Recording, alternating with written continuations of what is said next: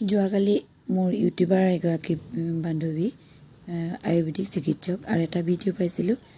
চ'ত মাহত কেইবা ভিডিঅ' বন শাক খাব লাগে তাৰ ভিতৰতে হৈছে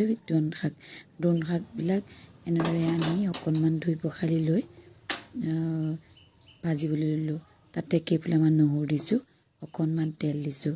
ওচৰতে আকৌ এগৰাকী খুৰীয়ে ক'লে দোন শাক গ্ৰেভি কৰি খালেও ভাল লাগে আৰু শুকানকৈ ভাজি খালেও ভাল লাগে মই সেইকাৰণে এনেদৰে আজি প্ৰথম বনাইছোঁ অকণমান শুকান কৰি ভাজিম বুলি ভাবিলোঁ আৰু সদায় বেলেগ বেলেগ পিক খাই চাব লাগে আজি সেয়ে এনেদৰে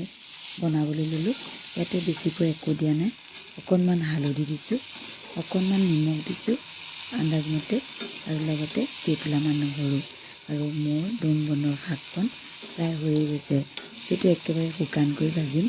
আৰু কাঁহীৰ কাষত এনেদৰে লৈ খাবলৈ খুব সুস্বাদু হ'ব আৰু আপোনালোকেও চ'ত মাহত দোন বন খাব কামৰ কাৰণে পেটৰ আভোক দূৰ কৰে বহুত বেমাৰৰ কাৰণে ঔষধি গুণসম্পন্ন এই দোন শাকৰ ভাজিখন আজিলৈ আহিছোঁ ধন্যবাদ।